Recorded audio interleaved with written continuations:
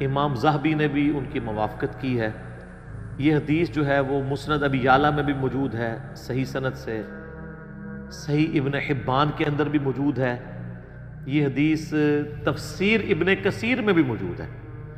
تفسیر ابن کثیر میں جو سورہ الشعراء کی آیت نمبر 52 ہے نا، حضرت موسیٰ علیہ السلام کے بارے میں آتا ہے نا کہ اللہ تعالیٰ فرماتا ہے کہ ہم نے ان کی طرف وحی کی تھی، وَأَوْحَيْنَا إِلَى مُوسَىٰ أَنْ أَسْرِ بِعِبَادِي إِنَّكُمْ مُتَّبَعُونَ، ہم نے موسیٰ کو وحی کی کہ تم راتوں رات میرے بندوں کو، وہ 6 لاکھ کے لشکر کو بنی اسرائیل کے یہاں سے لے کر نکل جاؤ، بے شک تمہارا پیچھا کیا جائے گا، یہ لوگ تمہارے پیچھے آئیں گے۔ وہ پیچھے آئے تو سمندر میں اللہ نے راستہ بنا دیا، بنی اسرائیل تو نکل گئے، اور اسی راستے میں جب فرعونی نکلنے لگے تو اللہ نے دونوں پارٹ ملا دیے، قرآن میں آتا ہے، تو تباہ و برباد کر دیا۔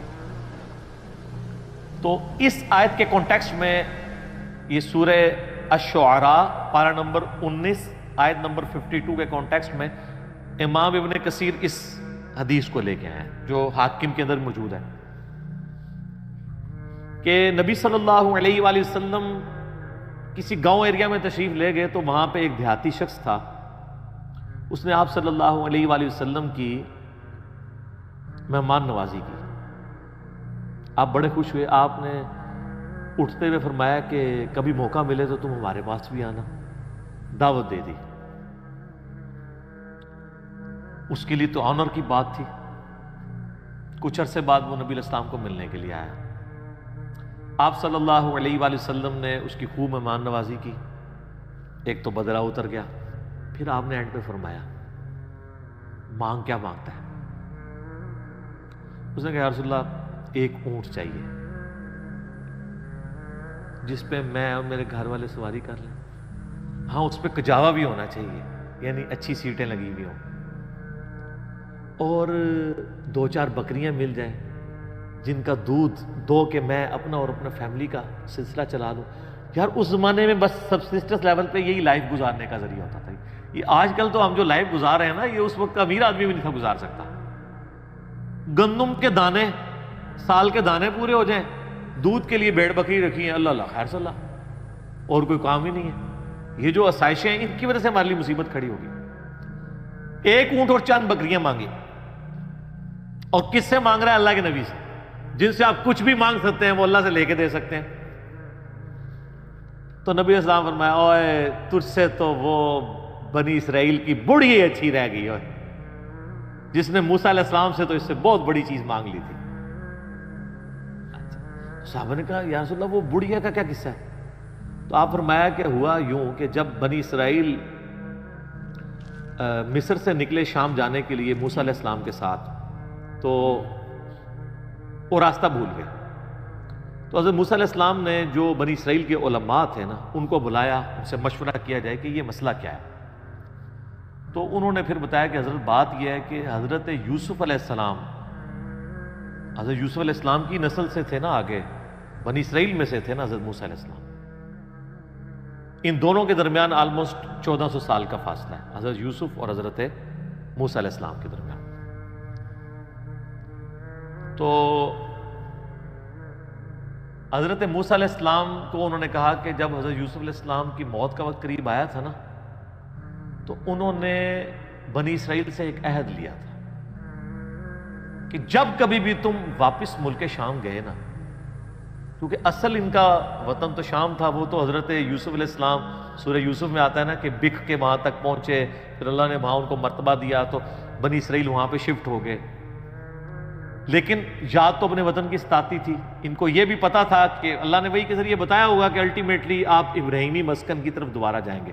تو انہوں نے یاد لیا تھا کہ جب تم لوگ یہاں سے شفٹ کرو نا تو میری لاش بھی قبر سے نکال کے لے جانا، مجھے وہاں پہ یروشلم میں دفن کرنا ہے، جو میرا آبائی جگہ ہے۔ حضرت موسیٰ علیہ السلام نے کہا او ہو، یہ تو پھر ہمیں راستہ نہیں ملے گا، یوسف علیہ السلام کو نال کھڑنا پڑا ہے، کیونکہ اللہ کی طرف سے ہو رہا تھا۔ ان کا اچھا ٹھیک ہے جی بتاؤ قبر کی طرف، ان کا جی قبر بھی نہیں پتا ہمیں، کیونکہ اس زمانے میں مزار نہیں ہوتے تھے، پوائنٹ ٹو بی نوٹڈ، مزار تو نہیں۔ اور یوسف علیہ السلام تو بہت بڑی شخصیت تھے، ان کا بہت بڑا مزار ہونا چاہیے تھا، وہاں وزیر خوراک رہے تھے وہ۔ انہوں نے کہا جی ایک بڑھیا ہے جس کو قبر کا ایڈریس پتہ ہے، لیکن وہ کہتی ہے کہ موسیٰ کو میرے پاس خود بھیجو، میں اس کے ساتھ نیگوشیشن کروں گی تو جگہ بتاؤں گی قبر کی۔ حضرت موسیٰ علیہ السلام نے کہا ٹھیک ہے، بات کر لیتے ہیں۔ تو کہا اماں بتا، انہوں نے کہا اس طرح نہیں ہے، مجھے اس کا معاوضہ ادا کرنا ہوگا۔ حضرت موسیٰ علیہ السلام نے کہا اس کا معاوضہ کیا؟ وہ تو ایکسپیکٹ کر رہے تھے کوئی پیسے، کوئی مال، کوئی بکریاں، کوئی اونٹ، جس طرح اس صحابی نے بھی مانگ لیا۔ انہوں نے کہا جی معاوضہ یہ ہے کہ میں جنت میں تمہارے ساتھ رہوں گی۔ اللہ! حضرت موسیٰ علیہ السلام کا رنگ بھک ہو گیا، چہرے پہ ناگواری کے اثار آ گئے کہ یہ کیا مانگ رہی ہے، پھر دوسرا یہ میرے اختیار میں بھی نہیں ہے۔ تو حدیث کے الفاظ ہیں، اللہ تعالیٰ نے اسی ٹائم حضرت موسیٰ کو وحی کی کہ آپ کمٹمنٹ کر لیں اس کے ساتھ۔ اوہ ہائے، دینے والا تو اللہ ہے نا جی۔ موسیٰ علیہ السلام نے کہا ٹھیک ہے۔ اس لیے حضور نے اس اعرابی کو کہا او یار تجھے تو بڑھیا اچھی رہ گئی، یعنی تو مجھ سے جنت میں میرا پڑوس مانگ لیتا، تو نے مانگی تو دنیا کی چیز مانگی۔ جس طرح کہ صحیح مسلم میں آتا ہے کہ ایک صحابی تھے ربیہ، نبی علیہ السلام کو وضو کروایا کرتے تھے۔ ایک دن سمندر رحمت جوش میں آیا، فرمایا سل ربیہ، ربیہ کیا مانگتا ہے؟ وہ بھی تیاری کر کے بیٹھے سے، انہوں نے کہا یا رسول اللہ جنت میں آپ کا پڑوس، ہو سکتا ہے اس واقعے کے بعد یہ ہوا ہو، انہوں نے یہ بات سنی ہوئی ہو، اہم ممکن ہے، یہ میری اسیسمنٹ ہے۔ تو آپ فرمایا اور بھی کچھ مانگ لیں، ان کا نہیں یا رسول اللہ اس کے بعد تو مجھے کچھ نہیں چاہیے۔ تو آپ نے فرمایا پھر کثرت سجود سے میری مدد کر، یعنی اللہ کی عبادت کر کثرت کے ساتھ، میری شفاعت بھی تیرے کام آئے گی، الٹیمیٹلی تجھے جنت میں میرا پڑوس مل جائے گا انشاءاللہ۔ بلکہ آپ لوگوں کے لیے خوشخبری، بخاری مسلم میں حدیث ہے کہ ایک صحابی ہے، ان کا یا رسول اللہ قیامت کب آئے گی؟ آپ نے فرمایا کہ کوئی قیامت کے لیے تو نے تیاری بھی کی ہے؟ تو اس نے کہا یا رسول اللہ میں تو بس موٹے موٹے دین پہ چلتا ہوں، فرائض پورے کرتا ہوں، کوئی ایکسٹرا نفلی باتیں میرے پاس نہیں ہے، ہاں میں اللہ اور اس کے رسول سے محبت کرتا ہوں۔ تو آپ نے فرمایا پھر اللہ اور اس کا رسول تمہارے ساتھ ہوں گے۔ حضرت انس بن مالک کہتے ہیں کہ اسلام لانے کے بعد رسول اللہ کے کسی فرمان سے ہمیں اتنی خوشی نہیں ہوئی جتنا اس فرمان سے ہوئی کہ جو اللہ اور اس کے رسول کے ساتھ محبت کرتا ہے، اللہ اور اس کا رسول قیامت والے دن اس کے ساتھ ہوں گے، یعنی اسے بھی پڑوس مل جائے گا۔ اور پھر حضرت انس بن مالک کے الفاظ ہیں بخاری مسلم، اے اللہ میں اللہ سے، اس کے رسول سے، حضرت ابو بکر و عمر سے محبت کرتا ہوں، گو میرے اعمال ابو بکر و عمر والے نہیں ہیں، لیکن یا اللہ مجھے بھی اپنا اور اپنے محبوب کا ساتھ قیامت والے دن نصیب فرما، آمین۔ ہم بھی دعا کرتے ہیں کہ گو ہمارے اعمال بھی صحابہ اور اہل بیت والے نہیں ہیں، تب بھی اللہ تعالیٰ محض اپنی رحمت سے، اپنے نبی علیہ السلام کی شفاعت سے ہمیں ان مبارک ہستیوں کا پڑوس قیامت والے دن نصیب فرمائے، آمین ثم آمین۔ اچھا، تو اب وہ بڑھیا نے کہا کہ جی میں آپ کو پتہ بتاتی ہوں۔ اب وہ بڑھیا جناب ان کو ایک تالاب کے اوپر لے، حدیث کے الفاظ ہیں وہ تالاب بھی بالکل سبز ہو چکا ہوا تھا، یعنی بہت پرانا تالاب تھا، کوئی اتنا یوز میں بھی نہیں تھا، کوئی سمجھ لیں آج کل جس طرح کیچڑ والا کوئی جوہڑ ہوتا ہے۔ اس نے کہا جی اس پانی اس کا نا تالاب کا باہر نکلوائیں، اس تالاب کو خشک کریں۔ وہ تالاب خشک کیا گیا تو اس کی بیسمنٹ کے اندر اس نے نا ایک جگہ لوکیٹ کی کہ یہاں پہ آپ کھودیں، یہاں پہ اس کی قبر ہے۔ دسو کسی لبنی سی، اس مانے علم غیب ہی نہیں سی ہوتا، نہیں تو لب جانا، ٹھیک ہے۔ بزرگوں کہتے ہیں نا علم غیب ہے، وہ جب تک اللہ نہ بتائے تو پیغمبر کو بھی نہیں پتا چلتا۔ تو خیر وہ قبر کھودی، اور حدیث کے الفاظ ہیں کہ انہوں نے حضرت یوسف علیہ السلام کا جسد انور نکالا تو پھر بنی اسرائیل کے لیے جو ہے نا راستہ بالکل واضح ہو گیا، پھر وہ اپنے سفر پہ چل پڑے۔ تو یہ حدیث ہے جس میں حضرت یوسف علیہ السلام کا جسد انور وہاں پہ شفٹ کرنے کی بات ہے۔ لیکن اس حدیث کے اندر ایک اشکال بھی ہے، میں اس کو کلیئر کر دوں۔ اس حدیث میں الفاظ ہیں کہ حضرت موسیٰ علیہ السلام نے کہا وَاسْتَخْرِجُوا عِظَامَ یوسف، یوسف کی ہڈیوں کو یہاں سے نکالو۔ اس کی وجہ سے بعض لوگ یہ کہتے ہیں کہ جی یہ تو حضرت یوسف علیہ السلام کا تو جسم معاذ اللہ سلامت نہیں تھا، وہ تو ہڈیاں شفٹ کی گئی ہیں۔ شیخ البانی رحمہ اللہ تعالی سلسلہ احادیث صحیحہ میں لکھتے ہیں کہ میں بڑا عرصہ پریشان رہا کہ ہمیں تو صحیح احادیث کی روشنی میں یہ بات پتہ ہے، ایون قرآن سے بھی اشارہ ملتا ہے، میں بعد میں بتاتا ہوں آپ کو، کہ انبیاء کے جسموں کو مٹی نہیں کھاتی ہے، تو یہ کیسے ہو سکتا ہے کہ یوسف علیہ السلام کے ہڈیوں کا ڈھانچہ وہاں پہ ہو؟ تو کہتے ہیں میرا مسئلہ حل ہوا جب میں نے سنن نبی داؤد میں وہ حدیث پڑھی نا، حضرت تمیم داری نے کہا یا رسول اللہ صلی اللہ علیہ وآلہ وسلم، آپ یعنی کھڑے ہو کے خطبہ دیتے ہیں تو میں آپ کے لیے ایک ممبر نہ تیار کروا دوں جس پہ آپ بیٹھ کے تھوڑی دیر آرام کر لیا کریں۔ اس میں پتہ کیا الفاظ ہیں؟ وہ کہتے ہیں یحمل عظامک، اس ممبر پہ آپ اپنی ہڈیاں رکھ سکیں، ہونا تو چاہیے تھا جسم رکھ سکیں۔ تو البانی کہتے ہیں کہ وہ مجھے پتہ چلا کہ یہ عرب کے لوگ محاورتاً یہ لفظ بولتے ہیں، یعنی وہ جسم، ہڈیوں کے ایکویلنٹ جسم اور جسم کے لیے ہڈیاں استعمال کرتے ہیں۔ جیسے ہمارے جسم میں درد ہو تو ہم کیا کہتے ہیں؟ میری ہڈیاں ٹوٹ رہی ہیں۔ اس کا یہ مطلب نہیں ہوتا کہ فزیکلی کوئی ہڈیاں ٹوٹ رہی ہیں، جسم میں درد ہے۔ بریانی کھائی ہے تو سینے میں آگ لگی ہوئی ہے، اس سے مراد وہ فائر نہیں ہوتی، یہ محاورت ہے۔ تو کہتے ہیں اس صحابی نے یہ بھی کہہ سکتا تھا یا رسول اللہ جس پہ آپ آرام کر سکیں، اس نے لفظ کیوں استعمال کیے کہ یحمل عظامک، آپ کی ہڈیاں، آپ اپنی ہڈیاں اس پہ رکھ سکیں، تو ہڈیاں اپنی کو رکھ سکتا ہے۔ تو اس اشکال کا جواب ہو گیا۔ اب آ جائیں اس آیت کی طرف جو میں نے کہا قرآن میں، وہ سورہ سبا ہے، آیت نمبر 14۔ اعوذ باللہ من الشیطان الرجیم، بسم اللہ الرحمن الرحیم۔ یہ بڑا مشہور واقعہ ہے، حضرت سلیمان بن داود علیہ السلام، آپ کو پتہ ہے جب یہ فوت ہو گئے تو یہ ہیکل سلیمانی تعمیر کروا رہے تھے، تو ایک عصا کے سہارے یہ کھڑے رہے، اس کا ذکر ہے۔ فلما قضینا علیہ الموت، جب ہم نے ان پر موت وارد کر دی، ما دلہم علی موتہ الا دابۃ الارض تأکل من سأتہ، تو ان کی موت کی خبر نہیں دی مگر اس زمین کے کیڑے نے جو ان کے عصا کو کھا گیا۔ اب وہ عصا کے سہارے ظاہر کرسی بھی بیٹھے ہوں گے، یوں کر کے سہارا لیا ہوا ہوگا، جس سے فیل یہ ہو رہا تھا کہ وہ زندہ ہی ہے، لیکن کسی جن کی یہ بھی جرت نہیں ہوئی ہے کہ روب اتنا تھا کہ کسی کی یہ بھی نہیں جرت ہوئی کہ کہیں فوت ہی نہ ہو گئے ہوں، کہ اٹھ کے نماز بھی نہیں پڑھ رہے، کتنے دنوں سے جسم اسی طریقے سے ہے، اتنی بھی ان کی جرت نہیں تھی، ڈرتے تھے۔ فلما خر، جب ان کا جسم نیچے آیا، یعنی کیا ہوا کہ وہ دیمک جو ہے نا اس کو چاٹ گئی۔ تو سر دیمک ایک دن میں نہیں چاٹتی، یہ مہینوں کی گیم ہے کہ وہ عصا کو دیمک کھاتی رہی جب تک وہ ہیکل سلیمانی تعمیر نہیں ہو گیا، ٹیمپل آف سلیمان۔ تو قرآن کہہ رہا ہے کہ حضرت سلیمان علیہ السلام اس کے سارے پہ رہے، تو اس کا مطلب ان کا جسم بھی سلامت، فریشنس بھی سلامت، آنکھوں کی چمک بھی سلامت، سب کچھ، ادروائز تو ان کو شک پڑ جاتا۔ اور اللہ نے اس چیز کا ذکر کیا ہے کہ یہ اللہ نے کیوں کروایا ہے۔ اللہ کہتا ہے جیسے ہی وہ ان کا جسم نیچے آیا، اب یہاں ہونا چاہیے تھا جسم نیچے آیا تو فرشتوں نے تھام لیا، نہیں سر انج نہیں ہوا، زمین تے ہی آیا، کوئی گستاخی نہیں ہوگی، بے ادبی نہیں ہوگی۔ تبینت الجن ان لو کانوا یعلمون الغیب، اس سے جنوں کے اوپر یہ حقیقت کھل گئی کہ اگر وہ غیب کا علم جانتے ہوتے، ما لبثوا فی العذاب المہین، تو اتنے بڑے عذاب کو نہ وہ کاٹتے کہ کتنے مہینوں سے وہ حضرت سلیمان کے ڈر کی وجہ سے اتنے بڑے بڑے پتھر اٹھا کے ہیکل سلیمانی تعمیر کر رہے تھے، اگر ان کو پتہ چلتا کہ 8-9 مہینے تو یہی کام ہو رہا ہے۔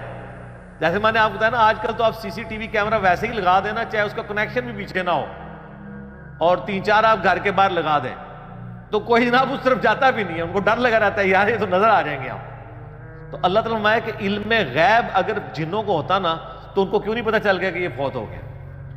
تو علم غیب والا عقیدہ اللہ تعالیٰ نے بڑا قرآن میں کلیئر کیا ہوا ہے، آپ نے نہیں ماننا تو نہ مانے، ایک علیحدہ بات ہے۔ جنات سے جتنی بھی خبریں کائنوں تک پہنچتی ہیں نا، وہ قرآن حکیم میں بھی آیا ہے، بخاری مسلم میں اس کی ڈیٹیل موجود ہے، وہ فرشتوں کی ڈسکشن کے ساتھ کچھ باتیں اچک لیتے ہیں تو وہ چلی جاتی ہیں، باقی بخاری مسلم کے الفاظ ہیں، وہ 100 باتیں اس میں اور ملا کے کائنوں کے دماغ میں ڈالتے ہیں اور وہ آگے پھیلا دیتے ہیں۔ باقی جو پاسٹ ٹینس کا واقعہ اگر کوئی جن بتا دیتا ہے نا تو وہ غیب کی بات نہیں ہے، کیونکہ پاسٹ ٹینس میں جو چیز ہو چکی وہ تو علم میں آ گئی نہیں. یعنی اگر میں کہوں کہ ذوالفقار علی بھٹو پھانسی چڑھ چکے ہیں تو میرے زمانے میں تو نہیں چڑھے, میری پیدائش سے وہ پہلے چڑھے ہوئے پھانسی. تو یہ نہیں میں نے دیکھا ہے, لیکن یہ خبر آج کی ڈیٹ میں درست ہے, لیکن مستقبل کی خبر کوئی نہیں دے سکتا. اور یہاں تو ان کے سامنے تھا, ان کو نہیں پتا چلا جب تک کہ وہ نہیں. تو یہ آیت بھی اس بات کا ثبوت ہے کہ انبیاء کے جسم سلامت رہتے ہیں ان کی وفات کے بعد, ورنہ تو ڈیکمپوز ہو جاتا ہے. دو دن سے زیادہ تو نکالتے ہی نہیں, اتنی بدبو آنا شروع ہو جاتی ہے. باقی اس کو سپورٹی وہ حدیث ہے جو سنن نبی داؤد میں, سنن نسائی میں اور سنن ابن ماجہ میں ہے, مشکات میں موجود ہے. سیدنا اوس بن اوس رضی اللہ تعالیٰ عنہ سے کہ نبی علیہ السلام نے فرمایا کہ جمعے کا دن جو ہے وہ تمہارے ایام میں سب سے بہتر ہے. اسی دن آدم علیہ السلام پیدا ہوئے, اسی دن وہ فوت ہوئے, اسی دن سور پھونکا جائے گا. تم جمعے کے دن کثرت کے ساتھ مجھ پہ درود پڑھو, بے شک تمہارا درود مجھ پہ پیش کیا جائے گا.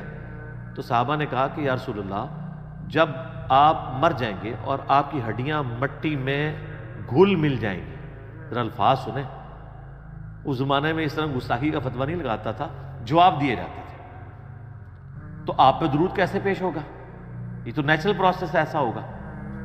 تو نبی علیہ السلام نے فرمایا, اب دیکھیں اس کی برکت ہوئی کہ عقیدہ پتہ چلا. آپ نے فرمایا کہ ان اللہ قد حرم علی الارض ان تاکل اجساد الانبیاء, بے شک اللہ نے اس بات کو حرام کر دیا ہے مٹی کے لیے کہ وہ نبیوں کے جسموں کو کھائے. نبیوں کے جسم مٹی نہیں کھائے گی, وہ ان کی وفات کے بعد بھی قبروں میں سلامت رہیں گے. تو دوستو یہ تھی موسیٰ اور مطلب بوڑھی عورت کا واقعہ جو آپ نے سنا. اور اسی کے ساتھ مطلب ہمیں یہ بھی پتہ چلا کہ جیسے یوسف جی کی لاش کے بارے میں وہ بات کری تھی انہوں نے, تو اس کے اوپر بھی میرے پاس ایک ویڈیو آئی تھی جو میں نے کافی دن سے کری نہیں.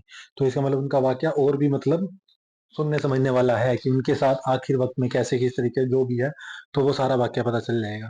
بٹ میں سٹارٹنگ یہاں سے کرنا چاہوں گا بتانے کے لیے آپ کو کہ جب یہ بات کر رہے تھے نا کہ جو بھئی ان کی ہڈیوں والی بات یا یوں ہے, تو اسلام کے جیسے اکارڈنگ یا قرآن وغیرہ پڑھو گے نا, تو اس کے اندر یہ بات ہے مینشن کہ جو رسول ہوتے ہیں نا, تو یا انبیاء ہوتے ہیں, جو مطلب جو نبی ہوتے ہیں, ان کی جو باڈی ہوتی ہے ان کو مٹی نہیں مطلب وہ کرتی, گلاتی نہیں. ہاں, تو وہ باڈی ویسے کی ویسے رہتی ہے. اگر مطلب یہ اسلام کے اکارڈنگ تھیوری ہے, مطلب جو اس میں آیا ہوا پورا کا پورا, تو یہ کنسپٹ ہے. مطلب شریر خراب ہاں, صرف انبیاء کے جو مطلب سمجھ رہے نا ان کے ساتھ. اور سیکنڈ تھنگ آپ کو ایک اور بات بتانا چاہوں گا, جیسے ابھی انہوں نے بات کری کہ بتا رہے تھے کہ جیسے بوڑھی عورت کا واقعہ, ایسے سٹوریز وغیرہ کہاں سے آتی ہیں, اوتھینٹک آتی ہے.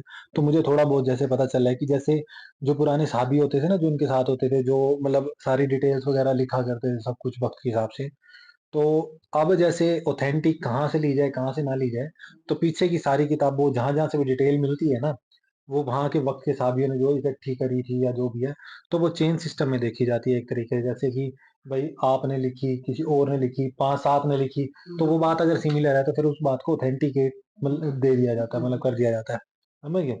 تو اس طریقے سے کیا جاتا ہے. باقی آپ نے یہ بوڑھی عورت کا واقعہ سنا موسیٰ جی کے جیسا, جیسے تو آپ کو کیسا لگا کہ جیسے انہوں نے ان سے باقی زمانے کی وہ نہ مانگتے, کیونکہ ان سے انہوں نے مانگ لیا اونٹ اور بکریاں مانگ لی تھی. بات ہے یہاں پر مانگنے کے کنسپٹ کے اوپر کہ آپ کیا مانگتے ہو, آپ دنیاوی چیزوں اور سامنے خاص طور پر آپ کے نبیوں اور ان سے آپ مانگ رہے ہو, تو اس وقت کی بات وہ کر رہے ہیں کہ آپ کے مانگنے میں, آپ کی جھولی میں آپ کس طریقے سے مانگنا چاہتے ہو, اور آپ کے مانگنے کی شردھا جو بھی ہے وہ کیسی ہے. تو جیسے انہوں نے مانگا وہ, اور انہوں نے کیا مانگا, تو یہ ایک کنسپٹ ہے. تو آپ کو کیسا لگا ان کے مانگنے کے اوپر کی وہ بڑی؟ بہت اچھا لگا کہ جب نبی سامنے ہو اور ہم ان سے کچھ مانگ رہے ہیں, تو مطلب یہ ایک پریکشا کی گھڑی ہوتی ہے, کیونکہ دنیاوی چیزیں چاہے جتنی مانگ لو, انہوں نے تو ایک نہ ایک دن مٹ جانا ہے. تو کہتے ہیں نا, رب سے رب کو کیوں ہی نہ مانگا جائے, کہ جو ہمیشہ قائم دائم ہستی ہے. تو میرے حساب سے تو مطلب کہ پرماتما سے اگر پرماتما ہمیں مل جاتا ہے, تو پھر اس کے بعد تو ہمیں کسی چیز کی کمی ہی نہیں رہتی ہے. وہ تو اپنے آپ سب کچھ ساتھ میں ہی ہے نا. تو بس یہی کہوں گی کہ پرماتما سے رب کو ہی مانگا جائے. آپ کو اچھی لگی ویڈیو سننے میں, مطلب جو واقعہ تھا وہ اچھا لگا سننے میں, بات ہی مانگنے کی کہ ہم بھی اپنے جیون میں ایسا ہی کچھ مانگے